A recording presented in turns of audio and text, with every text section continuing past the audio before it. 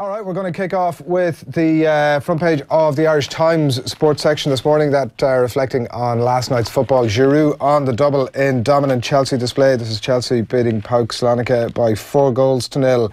Hudson-Odoi is getting a lot of the headlines this morning, the young Chelsea player after getting off the mark there last night, and further reports as well from some of the other football last night in the Europa League. And Liverpool need a midfield rethink to help end their continental drift, writes Barney Ronay there. That's the Irish Times this morning.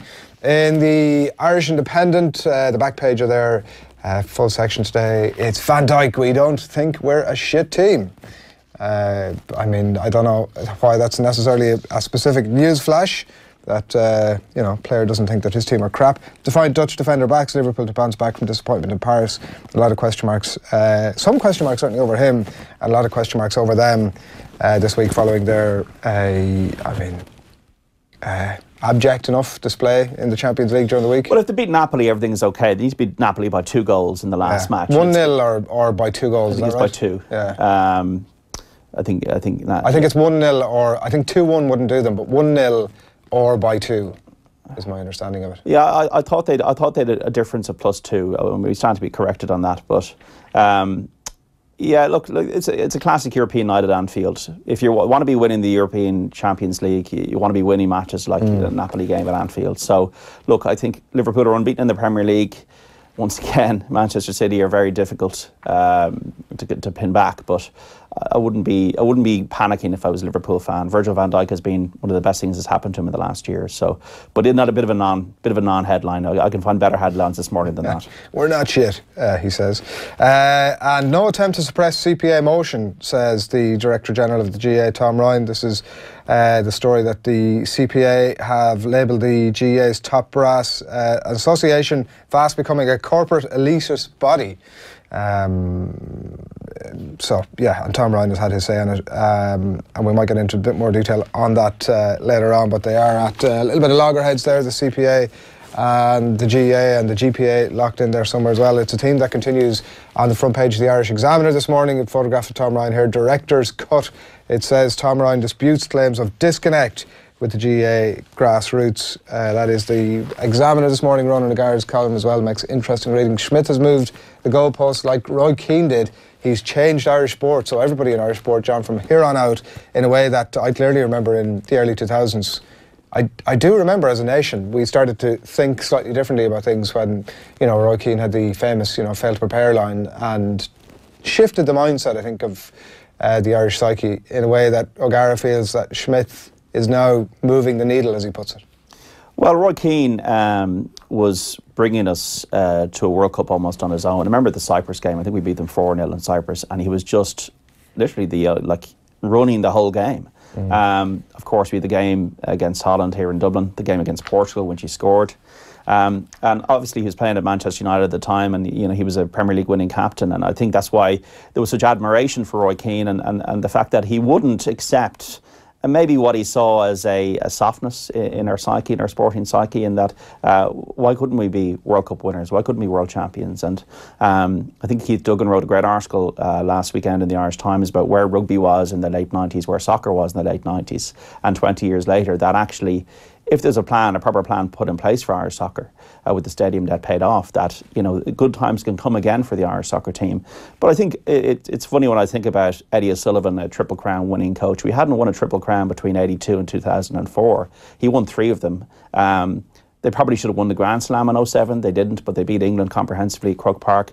Declan Kidney won 2 European Cups and a Grand Slam, first Grand Slam in 61 years. But almost these luminaries in the game are way in the rear-view mirror behind Joe Schmidt because of Joe Schmidt's incredible achievements, and not only with Leinster but of course with Ireland now. I think is a 74-75% win record. I think it's 17 of the last 18 games, but he's done everything you've needed to do. I remember he won a Six Nations in France.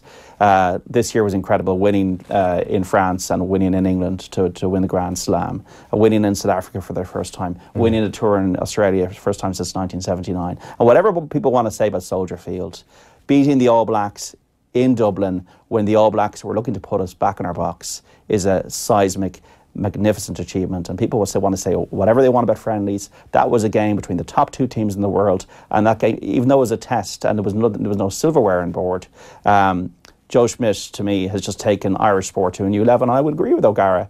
I don't know about the Roy Keane, because Roy Keane was a player, but as regards a coach, probably maybe since the Charlton era, I would probably compare Schmidt and the Charlton era. That Jack Charlton, whatever people might have thought about his style of play at the time, got us to the top 8 of the global game of the world, which is soccer, and also to 6th in the world in the FIFA World Rankings. So, I haven't read the article yet this morning because I've been reading the tabloids, but it's definitely a fair point. Joe Schmidt has been the game changer in Irish sport, the biggest game changer since Jack Charlton, I think. It can also have an impact, I think, on other sports. I think that, like you mentioned, football, I think that there is...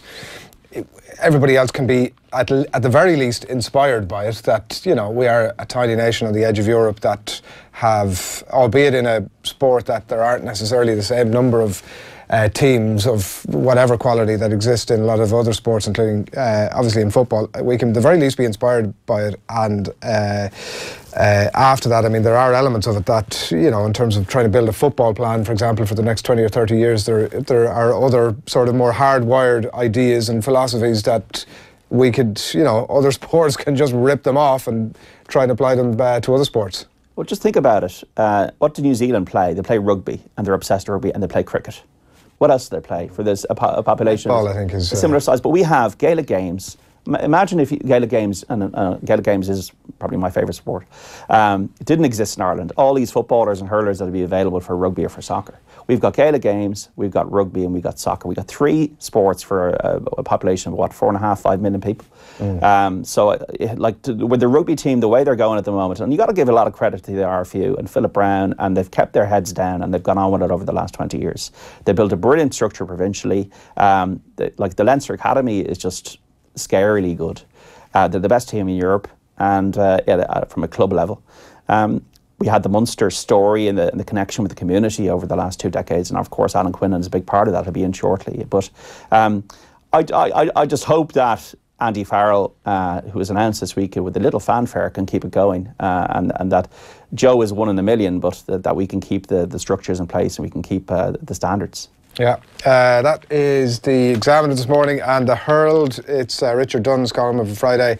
He's asking, does Robbie get the credit he deserves? It's definitely a question we're going to put to Brian Kirk. I know he's got thoughts on this. He's written about it before, that, our all-time greatest goal scorer, he wasn't always a darling of the fans. I don't understand that. I don't understand why he wasn't a darling of the fans. Robbie Keane, you could argue, is definitely the top 5 of the greatest Irish players of all time. It's true though, isn't it? He wasn't. No, and I don't know why. I don't understand why. Maybe, he scored difficult goals, of course, in Ibaraki and that. And important goals, important playoff goals, important finals goals. And we're looking at how we would love half of Robbie Keane now.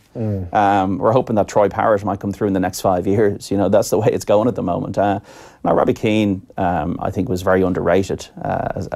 Brian would have said, certainly at one point over the last number of years, that Robbie didn't do enough media interviews, that people actually didn't really know who Robbie Keane was, so he became a bit of a caricature. Well, I suppose he was gone from a very young age, because Wolves, at 17, wasn't he? So, and he was a lot of football clubs. I was even looking at, as a Spurs fan, a montage of his goals at Spurs the other day, and he scored some great goals. And he scored a lot of them, and he played for a lot of clubs, and was a successful footballer. Look, I remember in the 2002 World Cup, I knew when I think they played Spain and he scored a penalty in the game against Spain, I knew he wouldn't miss it. And he had that fearlessness, and Duffer had that fearlessness as well. And I think that I never understood the kind of the lukewarm nature of people's view of Robbie Keane. Robbie Keane was a gem of an international, and I would say, once again, in the top 5 players we've had of all time. Yeah. All right. One last one for me, John, before you get stuck into the tabloids. It's the Racing Post this morning, and it's Cardiff against Wolves tonight in the Premier League, and it's an 8 o'clock kick-off there. Revenge is sweet is the headline. We got the Sun Sport revealed the untold story. Pulis aggression fired us up, then came Ramsey's leg break. This is a kind of a serial from Dave Kitson, who is not holding back when he's talking about Tony Pulis. I always wondered, and I don't know if this is true or not, if Dave Kitson was a secret footballer. Remember those? There was a lot of rumours about that, wasn't there? He used to play for Reading, Dave Kitson, yeah. But it's a strange back page, I have to say. Mick attack. McCarthy hits out a Keane in Dunphy chat. There's a chat, I think, with Air Sport with Mick McCarthy and Eamon Dunphy, and talking that if Roy Keane had been in the right frame of mind in 2002, he could have reached the semi-finals of the World Cup. And he was referring to the frame of mind that Keane was in the qualifiers, which I was referring to there. But I don't understand why I'm seeing this in the back pages, Adrian, when Mick McCarthy, didn't you not say at the press conference that he'd said enough now? He's obviously done this.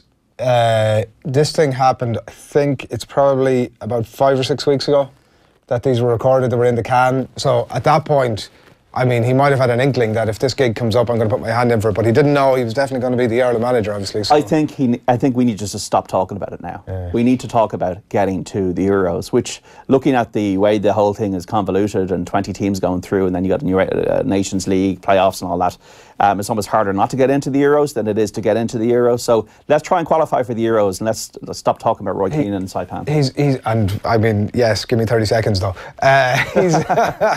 He's saying that Ireland wouldn't have got out of the group. Is that what his point? Yeah, with whatever the dynamic was in the camp at the time, that they wouldn't have got out of the group. But this is just all hypothetics. It's absolute speculation. Who knows? And it also suits Mick McCarthy, obviously, to say that the best thing we could have done was to get rid of this guy out of the squad. Look how we overachieved. Because the counter tends to be true, where a lot of people tend to believe that if Roy Keane had stayed, who knows what could have happened, i.e. we could have got to a semi-final. We could have won the World Cup. I'm not buying that either. You just don't know. There's no point in speculation over hypothetics. You look, it's history. It happened. It shouldn't have happened. Whatever. And we can't get enough of it, John. I mean, I know you're not. I've absolute empathy for your point, but as a nation, I don't know. I don't know at what point in the future it becomes uninteresting to people. Well, it's the greatest sports story. Endlessly fascinating. It's the greatest sports story of Irish history. I was on Today FM as 23 years of age, coming into work every day in a whirlwind. I'm going to go, I'm sinking or swimming here. I did 22 bulletins a day, the Cameroon game. It was seismic. I remember I actually got through to Michael Kennedy on the phone one day, and I was so shocked that I was I was so shocked that I got through to him. I didn't even know what to say to him. I had newspapers ringing me up over this, that, or the other of stuff that was going on in the office. I was in New Zealand when it all happened, and it was a different time zone, obviously. So I think the first that it would have the news started to land with us over there at that point, the story would have already have developed for 9 or 10 hours or whatever it was. So there'd been the initial sort of thing had happened and the follow-up pieces had happened. And so there was always that thing of when you'd go to bed at night, you would think, well, Jesus, I mean, I wonder if I wake up in the morning, Roy Keane, as seemed to be happening at some point, or at a couple of different points, hopefully he'd be back in the squad. This was the thing, it was like just this constant sort of a stream, and to be that removed from it in that time zone, obviously the time zone from Asia to Ireland and then to New Zealand as well, it was, it was just a brilliant time to be. I mean, I don't think we fully, living through it, you don't really fully appreciate, what's the Chinese expression about it's good to live in interesting times? Like, it was good to live through that time, I think. It was madness, and also if you had Twitter then, what would be like, wow. But also, I think if you had the communications that you have now, I think this might have been resolved a lot. I think there was a lot of issues with communication back to Dublin and press releases going out or not going out. And I think that if we'd smoother communication systems now, Saipan might not have happened.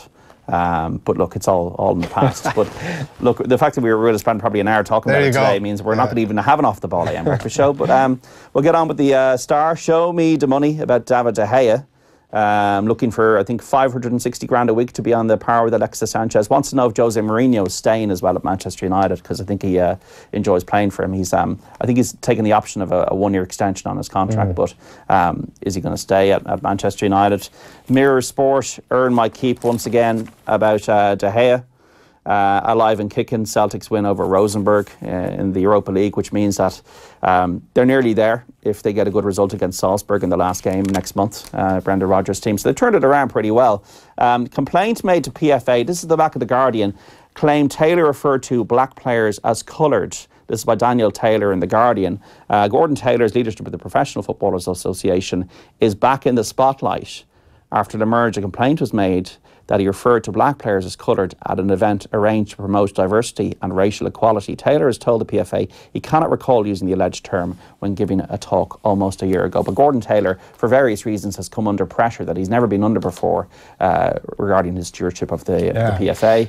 You mentioned the Herald and the racing and a guy as well, it should be said, that is under a lot of heat, obviously, for various other reasons too, in terms of his pay packet and all that kind of thing. But like, people might be sort of wondering why this is news. Like, this is a guy who needs to be very much have his finger on the pulse of where all those dynamics sit in terms of the importance of the use of language. You know, like that this guy needs to sit up and pay attention to this stuff. That's the importance of it. That's why it's back page news or front page of the sports section news on The Guardian this morning. It's head scratching. There is a story in the Telegraph, tennis supremo Justin Gimelstob facing explosive assault allegation. I think he's due in a court now at Los Angeles, the former Grand Slam champion and ATP board member, in a fight to save his career. The Irish News as well, going obviously with Celtic. Sinclair strike put Celtic a point from qualification. That's in the Irish News today. So yeah, that's really what we're looking at. You know, bits and pieces here and there, but I think really, Adrian, what this weekend is about the action. Yeah, we said we weren't going to talk about 2002 anymore, so that's the end of that one for the minute. Here is the this morning's tasty breakfast menu on this Friday morning.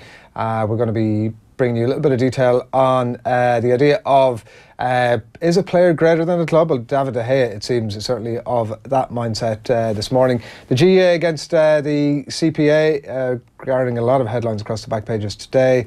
The greatest derbies of the weekend that's in it, obviously, between London and Liverpool. John is going to pick his way through that. Robert Pires has had some, I don't know, quirky things to say about his potential future in management, specifically at Arsenal. And Rachel Blackmore has clocked up an unbelievable milestone.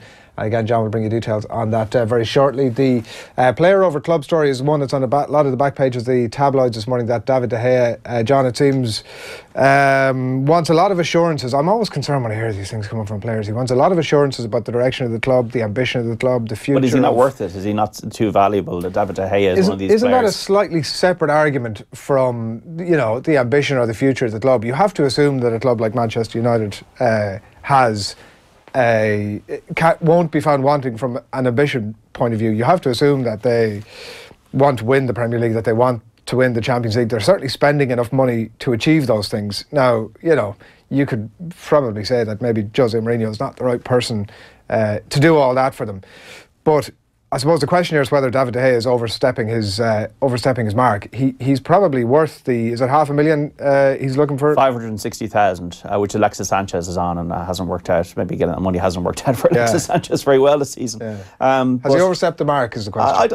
I don't think so. I think I've seen a lot worse from Paul Pogba this season at Manchester United than I've seen from David De Gea and Mino Raiola as well. So I think with De Gea, was he not meant to be the Real Madrid #1? And Thibaut Courtois has got in there, hasn't he? So I think with all of this about footballers, and a lot of this is driven by agents, it's about where they are vis-a-vis the club regards their leverage with the club. So he's just coming out with a statement. Maybe he gets on great with Mourinho, maybe he wouldn't really fancy it if Mourinho wasn't there. So I don't think he's overstepping the mark. I think if Harry Kane put it up to Tottenham, we'd have to listen to him. No, I just think that compared to what Paul Pogba was coming out with earlier in the season, I think that's pretty mild, to be honest. He's looking to double his wages, essentially. It's football, double, triple, you know. What odds? Right, no attempt to suppress the CPA motion, says the GA Director General Tom Ryan, was one of the other stories we wanted to get to. This is Duggan and Adrian on the back page. It's on a lot of the papers this morning. This is on the back page of the Irish Independent today. And he's essentially saying that, you know, the CPA have backed this motion for a blank canvas approach to blue sky thinking is what's required here from the CPA's point of view in relation to fixing the fixtures, which is their mandate as they see it, certainly. And the GA are saying they haven't tried to suppress any of that, and that actually they're very much open to meeting the CPA. And when you read a lot of the language of Tom Ryan, it's very much in the mould of his predecessor, Pádraig Duffy, in that it's very inclusive and it's very, you listen to him, you read it, you watch him, and you think, actually, this is a guy that's very open to conversation. Now, it'll be interesting to see where all of that goes. Is it just, you know, because it's right and proper that the DG of Croke Park would be saying, of the GA would be saying, I'm all inclusive, you know, I'm very much in touch with the club game. I want to hear what the Club Players Association have to say about it. Let's pour that into the overall plan to fix the fixtures. It'll just be interesting to see how that manifests itself in any concrete way. At the minute, it's just talk. Well, I don't think talk should be done publicly. I think, I remember there was a time when there was a bit of a standoff years ago between the GA and the GPA, and I think they went behind closed doors and they sorted it out. I think the same thing needs to happen here with the GA and the CPA. I think I saw, if I'm correct here, a quote, was it from Roscommon CPA? The association's fast becoming a corporate elitist body whose leaders have lost sight of the GA central ethos, a community-based Gaelic games and culture organisation with the club at its very core. Now, I don't think that's fair. The GA have made moves with the designation of April to be a free month for club players, however that has worked or not in practice, and also truncating the big show, the inter-county season, for an All-Ireland hurling final in the middle of August and the All-Ireland football final to be wrapped up by effectively the 1st of September, which would be the case next year. Losing publicity to rugby and to soccer. The club game is very, very important. Ballybowden, I think, are playing, what, isn't it? Ballyhale Shamrocks in the Leinster Club hurling final on Sunday. Big game. Hopefully a lot of people will watch it, but how many people will go to it? And the inter-county game is the big show. So they have made moves. You know, they've taken All-Ireland finals out of September. That is a big traditional change for the GA. So I think there's reasonable people on both sides. They need to get behind closed doors and sort it out that way, I think, rather than getting into public statements. Yeah, it'll be the only way anything happens. I do think there is still room for a lot more strides to be made from Croke Park in relation to the club game specifically, and probably a lot of the less high-profile clubs that have to slog it out in all sorts of manky conditions, and that isn't even the essence of the point, which is more to do with, at least if you were guaranteed certain dates that you could slog it out in those conditions. That's probably the main gripe, to be fair, from a club point of view. Look, we'll see. Yeah. We'll see how it pans out over the next while. One interesting line before John talks us through some of the derbies and the racing as well that I wanted to get to today, because it stuck out for me. Liam Mackey reports in the Irish Examiner this morning. This was the headline: Gaffer Pires was turned down for Arsenal job. He was at the that Street Legends launch that we just heard from Gaisca Mendieta at, and it turns out he wants to get into management. But he hasn't gone about it in the most traditional route. He essentially has sent Unai Emery, the Arsenal manager, a text message. He says, that's why I sent a message to Unai Emery, and Unai Emery replied to me and said, yeah, but we need to talk with the club. The club said, maybe it's a good idea, but we already have Steve Bold. So I said, no problem, I respect your decision. Maybe one day, I hope. I find it bizarre in the extreme that this brief paragraph and this brief exchange was Robert Pires' attempt to get on the management team at Arsenal. This sounds like Wall Street. You know, everybody saw that movie Wall Street with Charlie Sheen and Michael Douglas, where Charlie Sheen just keeps on ringing the office every single day for, I don't know, a month, or I don't know how long it was, until he actually just gets into the office to actually, I want to talk to you and I want a job. So I don't know if it's at that level, but it is strange for... I knew Emery is going, oh, here's a text from Robert Pires. Oh, he wants to come. Oh, maybe I should say... What's the country code for France? Maybe I should say that the club... Maybe I should just tell him that the club will have to veto, will have to sort of, are going to nix all this. You know, it's, I don't know, bizarre, mildly. Where do you want to go first, racing? Rachel Blackmore, I think it's a great story. 60 winners now. She did double at Thurles yesterday, and I'm glad to hear that she's okay, because she fell off a horse, unseated, horse called Commandant, I think, at Thurles yesterday, which was an even money favourite. But she had a couple of victories. Game of War and Tintangle yesterday. She is level with Paul Townend in the champion jumps jockey race. 60 winners. It was 34 winners in the entire season that Rachel had last year. She's from Tipperary. So to be at 60 before Christmas is absolutely huge. Nina Carberry's record, Adrian, is 39. The first woman, Rachel, to turn professional, she was in 2015 since the 1980s. Wow. And she won the conditional jockey's title as well. Not from a racing background, but I think the biggest endorsement of her talent is that Gigginstown House Stud, Michael O'Leary, Eddie O'Leary, these people are very serious. This is not a hobby for them. They're very serious about their horse racing. Some horses have left yards that they weren't happy with, and they've moved horses around. And the fact that they've put faith in Rachel, and they've said, look, you're going to be with Henry de Bromhead, or you're going to ride for, say, Gordon Elliott, and that is just a testament to her talent. And I think, once again, it's not about a male sport, or it's not about a woman's sport. It's about the fact that she's just very good at it. But obviously, it's harder for her because it's dangerous, and and it's harder for her, I'm sure, physically, for falling off a horse.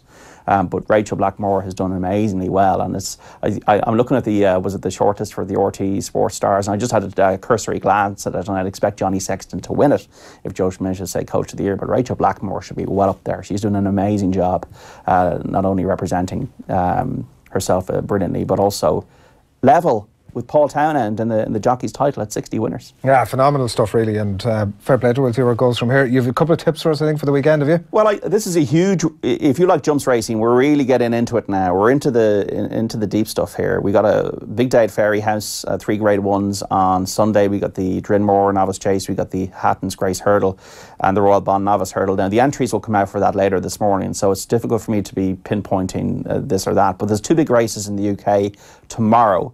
The Fighting Fifth Hurdle, that's at Newcastle. The going is soft. That's at 2:05 tomorrow. Bouverdere, the champion hurdle winner, and Sam Crow, this Cheltenham novice winner for Gordon Elliott. A head-to-head match, although there's a horse called Somerville Boy who, like the soft ground, is in a 4-1. But Bouverdere 5-4, Sam Crow 2-1. Gordon Elliott, Sam Crow, disappointed first time out at Den Royal, was beaten, but Gordon's really happy with his work. And I still think that he is the real deal. I think Sam Crow at 2-1 could be looking like a very, very big price, even against the champion hurdle winner in Bouverdere. Bouverdere, though, was put to the pin of his collar by Mellon in the champion hurdle. Maybe it's not been the most vintage couple of years for champion hurdle horses. Sam Crow could be the biggest bet of all time, folks. About 2:15 tomorrow. So Sam Crow 2-1 I do like in this Fighting Fifth Hurdle. And the other big handicap chase, Adrian, tomorrow and everybody, is the Ladbrokes Trophy at Newbury, 3 o'clock tomorrow. Thomas Patrick and Elegant Escape, they're around the 4-1 mark. The horse I do like each way is a horse called Black Horton. Top weight, Black Horton around 11 or 12-1. But each way, this horse ran too many times, in my opinion, last year, but did win big novice chases at Kempton and I think at Ascot as well. Bryony Frost, another great woman jockey on board. And I think Black Horton could be a little bit overpriced to make the frame. Not say it's going to win, but Black Horton could be overpriced. But Sam Crow, folks, 2-1 could be the greatest price of all time. I'll take your word for it, John. Something else I want to take your word for, because we're going to be talking to Brian Kerr in studio very shortly, and a couple of big derbies to get into with him. But you've been taking a bit of a whistle-stop tour of, I suppose, the 2 derbies specifically this weekend, down through the years. Which one you want to go with first? Let's go with the one that's closer to your heart to begin with. Well, in 2004, I went to see Tottenham against Arsenal, and it was 5-4 to Arsenal. Nuruddin Naibet scored his only goal he ever scored for Tottenham in the 36th minute, and for 8 minutes of my life, it was absolute heaven. We were leading Arsenal at White Hart Lane. I was actually reporting on it, and then Arsenal won 5-4. But there's been some great Arsenal-Tottenham matches throughout the years. Arsenal won the league title twice at Tottenham in 1971. Ray Kennedy scored in a 1-0 win at White Hart Lane, and then 2004 the Invincibles team won the title at White Hart Lane 2004. Thierry Henry, I remember scoring an amazing goal early in the century. He ran there, I think, half the length of the pitch, and Spurs didn't win at Arsenal, because I know they changed stadiums from 1993 until I think about 2010. Yeah, 17 years. Wow. Gareth Bale and Van der Vaart scoring. But Danny Rose in his debut scored a wonder goal against Arsenal. I think probably my favourite memory was 1991, FA Cup semi-final. Tottenham were about to go broke. Arsenal were about to win the league. And Paul Gascoigne steps up, I think in the 5th minute, and from about 30 yards, blasts one into the top corner.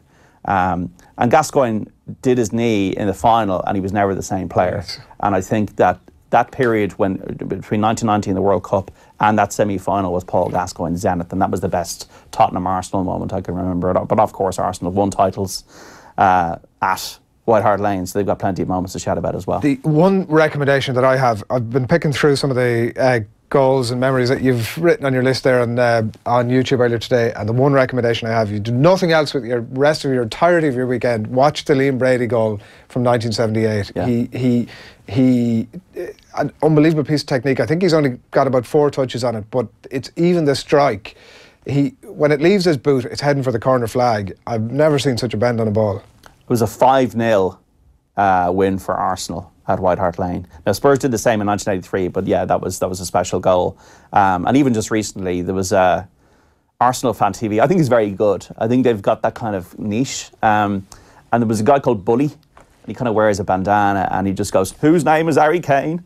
And then a week later, Harry Kane scores twice in a 2-1 win in the derby, and then they panned him in the crowd, and he's kind of like, you know. So look, you know, I've been there the other way. I cried, Adrian, when Perry Groves scored against Spurs. I think it was in the late 80s. I bawled my eyes out. Right. Bawled my eyes out in 1993 when Tony Adams scored in the FA Cup semi-finals. So I have suffered the emotion of losing to Arsenal. I don't cry anymore, but I did cry at one stage.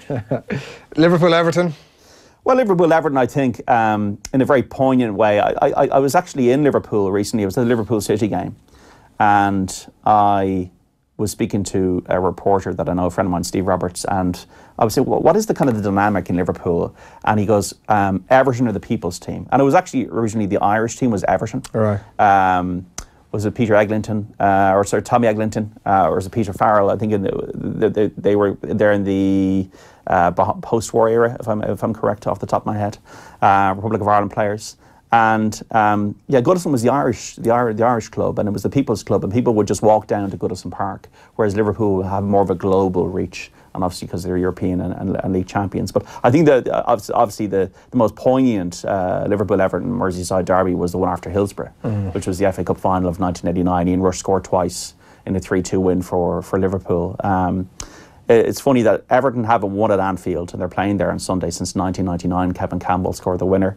But, you know, Everton were winning league titles in the 1980s. Graham Sharp scoring a great goal in 1984. But Liverpool have generally had the better of it. There's a great 3-3 draw a couple of years ago. I think it was 2013, Daniel Sturridge scoring a late equaliser. Gary McAllister scoring one in the 94th minute, a 3-2 win. So lots of goals and lots of excitement. Yeah. But I think that Liverpool, they're probably their bigger rivals from a edgier point of view are Manchester United. But Everton have been in the doldrums, in recent years. I don't think they've won in 8 years. So maybe that'll change because they've been playing well under Marco Silva recently. But Ian Rush, I think, scored 4 at Goodison Park once, but I think the Toffees could do with a couple of wins to turn it the other way. Yeah, we'll see. I did follow Everton for a long period in my childhood, particularly around those years that you've mentioned, that sort of Steve Watson, Kevin Sheedy, Sharp, Southall. Yeah. 2 league titles. Adrian Heath. Yeah, 2 league titles, an FA Cup, Howard Kendall. Unlucky that there was a ban on European clubs after '87 when they won the league title. Yeah.